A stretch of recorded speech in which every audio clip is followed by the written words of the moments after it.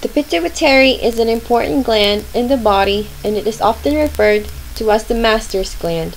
It is usually about the size of a pea and located at the base of the skull, underneath the brain and behind the bridge of the nose. It senses the body's needs and sends signals to different organs and glands throughout the body to regulate their function and maintain an appropriate environment. It secretes a variety of hormones into the bloodstream, which act as messengers to transmit information from the pituitary gland to distant cells regulating their activity. It is divided into two sections, anterior lobe and posterior lobe. The anterior pituitary produces and secretes several peptide hormones that regulate many physiological processes including stress, growth, and reproduction. The posterior pituitary, however, is not glandular as is the anterior pituitary.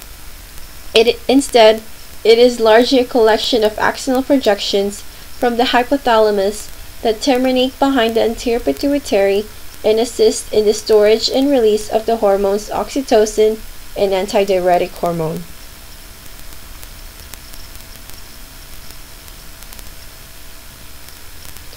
The pituitary gland releases several hormones that help maintain homeostasis around the body by controlling processes like growth, blood pressure, contractions during childbirth, breast milk production, conversion of food into energy, water balance, regulates temperature, and pain relief.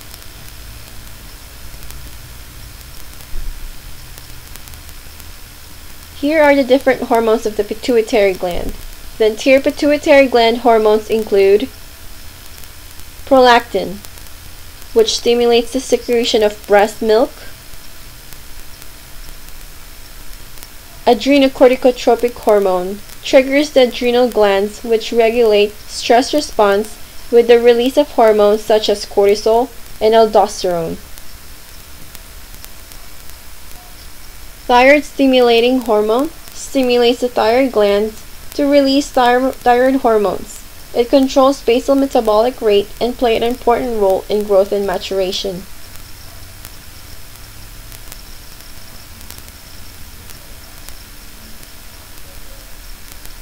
Growth hormone is the principal hormone that regulates growth. Luteinizing hormone triggers ovulation, progestin production, and prepares body for pregnancy for females, while in males it is responsible for androgen production. Follicle stimulating hormone stimulates estrogen secretion and egg production in females, while in males it is responsible for sperm production. The posterior pituitary gland hormones include antidiuretic hormone, which promotes water retention, and oxytocin, stimulates uterine contraction and lactation. The most frequent cause of pituitary disorder is a pituitary gland tumor. They are not brain tumors and are almost always benign. There are two types of tumors, secretory and non-secretory. Secretory tumors produce too much of a hormone normally made by the pituitary, and non-secretory tumors do not. Here are the common disorders of the pituitary gland. Diagnostic tests include physical examination, Good morning po, ma'am. urine test, Nandito po ako, may dala po akong bote. Pag ma'am, kung naiihip po kayo, ilagay niyo po dito sa bote. Saka, kailangan hindi po yung unang tuloy ng ihip ninyo yung moment. Kukunin niyo po yung nasa gitna po. Pagkatapos po, ipunta niyo po kagad sa laboratory para po matest. Thank you po, ma'am. Bigay na lang sa ano. Sige po, ma'am. Good morning, ma'am. Kukuha lang po ng dugo para sa laboratory test para sa diagnostic niyo po. blood test,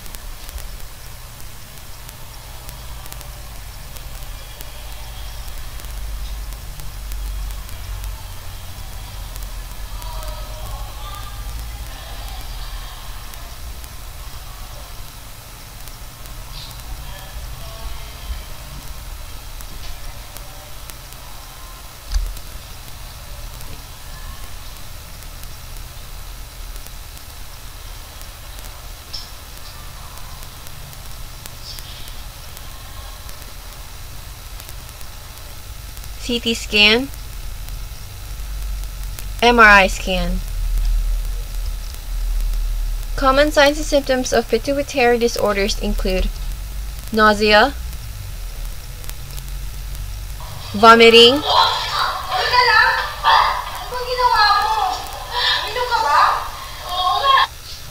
headache,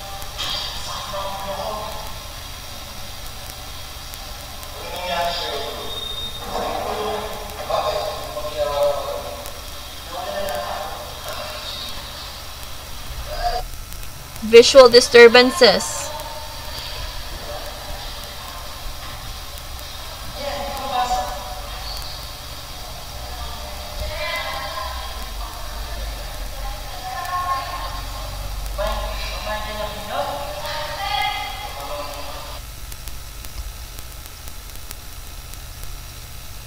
Now let's move on to acromegaly and gigantism. Acromegaly and gigantism is caused by the excess secretion of growth hormone. Signs and symptoms include tall stature, broadening of the nose and prominent wrinkles, thickening of the lips, prognathism, enlargement of the extremities, macroglossia.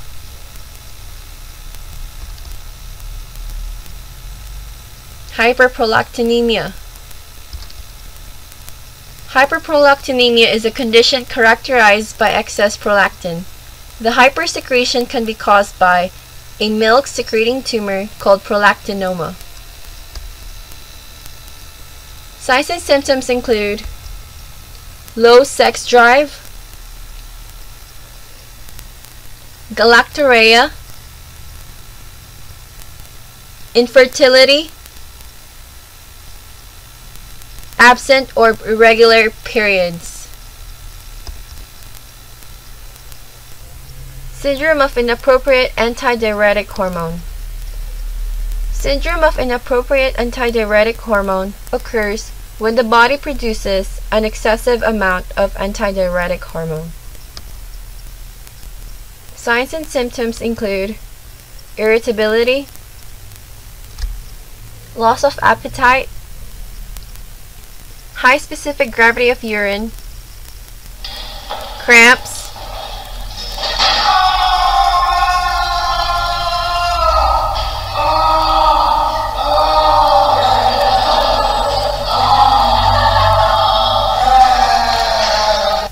confusion, hallucinations, edema, high blood pressure.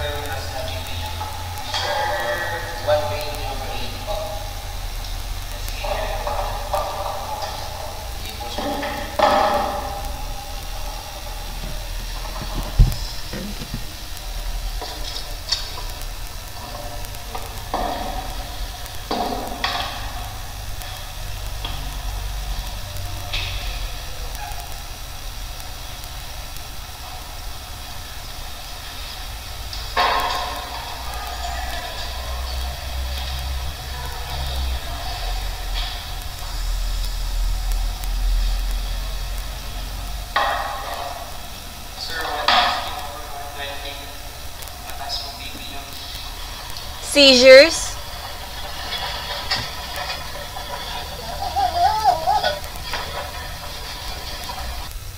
coma.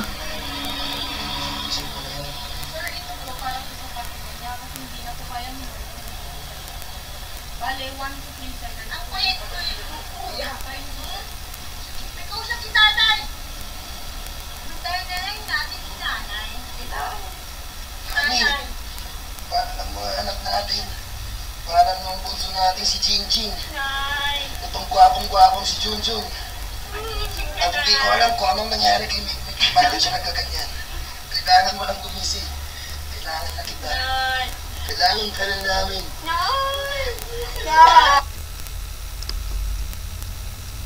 Dwarfism. Dwarfism is a condition characterized by growth and development disorders caused by insufficient secretion of growth hormone.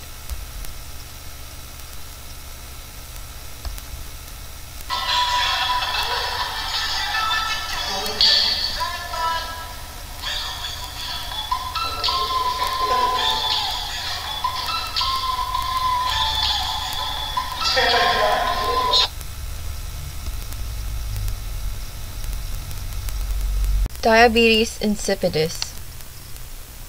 Diabetes insipidus is a condition that results from insufficient production of the antidiuretic hormone, or vasopressin, a hormone that helps the kidneys and body conserve the correct amount of water.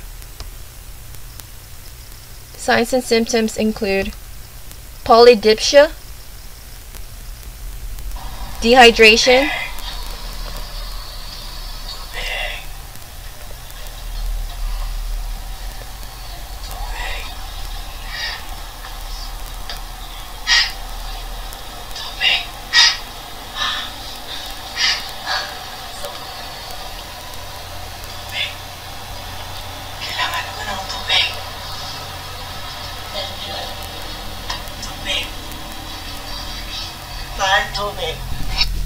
polyuria, Ang dami. Kaya kang ihi. low specific gravity of urine, high fever,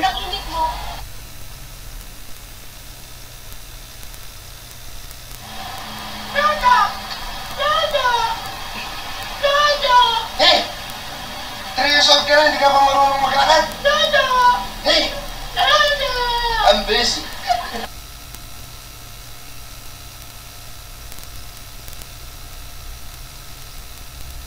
Anak, kumain ka na. Kumain ka na. Kumain ka. Masarap to. Yeah. Ayoko. treatments,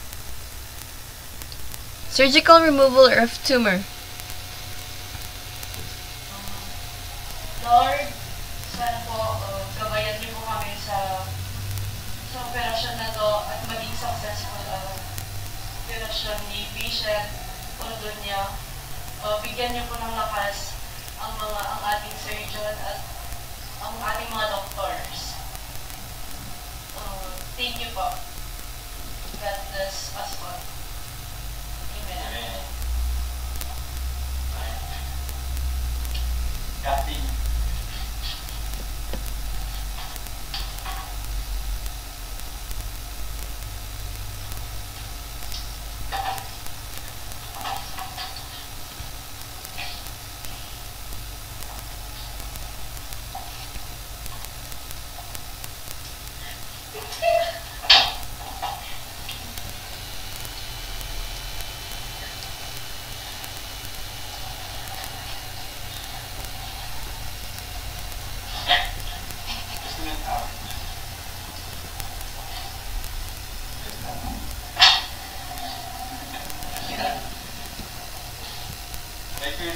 Ready.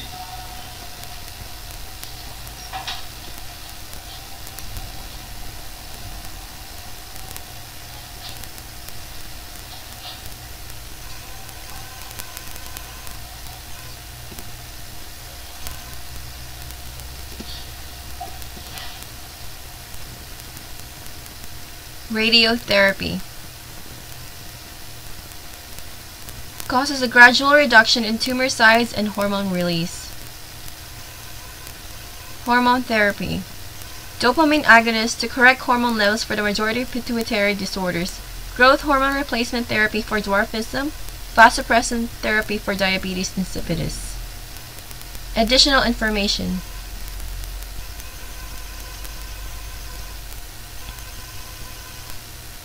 For SIADH, the most common prescribed management is fluid and water restriction. For diabetes insipidus, management includes drinking plenty of fluids and switch to a low-salt diet. Nursing interventions.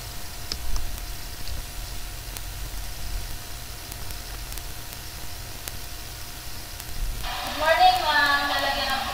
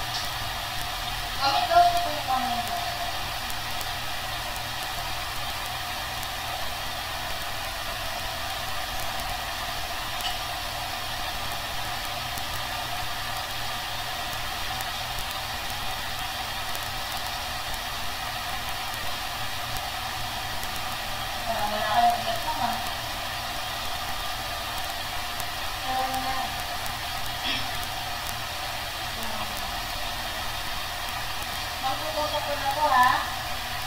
Is lang.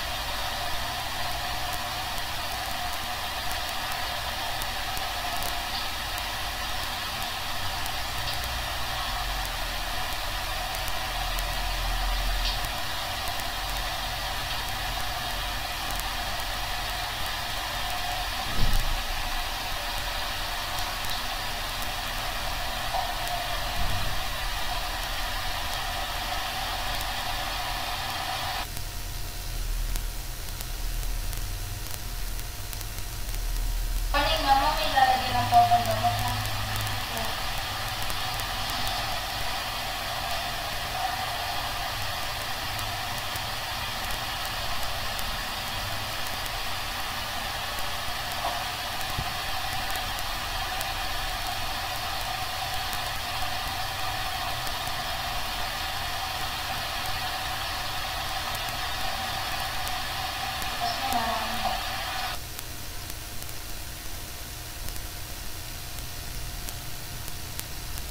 Good morning, ma'am. Ma'am, patient order niya. Ma'am, bali may gamot po kayo dito. Yung tsaka kailangan po yung gamot niyo, kailangan niyo pong itik sa may oras. Tsaka kailangan po kayong kumain bago kayo uminom ng gamot. Kailangan po sabayan nito ng isang baso ng tubig. Okay. Nangin nyo na lang po yung ma'am, ibig sasabihin ka. Salamat na.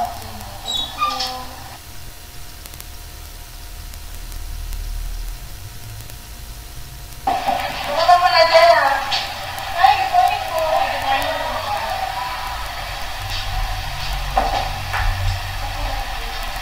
Tingnan ko. Morning mo. Morning mo. Ang kumusta lang niyo mo? Kaya ato'y nasakit medyo nasakit din kayo sa ipang mo. Ayos mo rin. Medyo makapagmahalang tingin na sa'yo ako. Balik mo di ka na naman. Di mayat mo ta no mawid ka maibagan niya. Kasi sakay ko mo. Kud kumusta ti panatulog mo? Ayos mo makadoktor ka mo tingin sa yaan. Dumalaw siyempre no ada kayo mga check up kayo magtira di maisip sa buti ko kung nabawawin mo. Kud kumusta nga iti menstrual flow mo? Pag-memens mo siya. Dati ka, irregular, adan na dumutod. Anak ka maka-regular sa bulan, paglagpas di 2 bulan, kasi tapos, nadumot, pag-ligaak, dire-diretso. Kaya natin connection na ayos, dire-diretso. Di ba mo kadati ito mag-galit sa ulo? Iso nga inikat na ajay, tadaji kami. Maka-apekto nga di pag-produce ka iti hormone. Di ba di pituitary gland mo kami ato iti may produce na hormone. Tapos, hindi nagtubot ito mo, iso tayo dyan. Tala, naging, ano na ito yun? Naging sagabal. Iso ajay di masipidaloy na. Di pa nag-produce ni hormone mo. Iso nga pati di menstrual flow, ma-apektuhan. Ada baru hindi asawa ko na karoon naman na di anak ko. Mariligapan sabi niya na buo. So, bali, may samad lang tayo siya mo ma-apektuhan. Halka uli nga marigatan ka maagarapan. Nagkatangan mo, ikatalit tumulan. Ada nga posibilidad na subdiki niya mo. Mabaling mo. No, ada pa iti idamag mo dapat kayo mga idamag kan ka nga mabait na agdamag din namin. Sige, pagaling ka mga.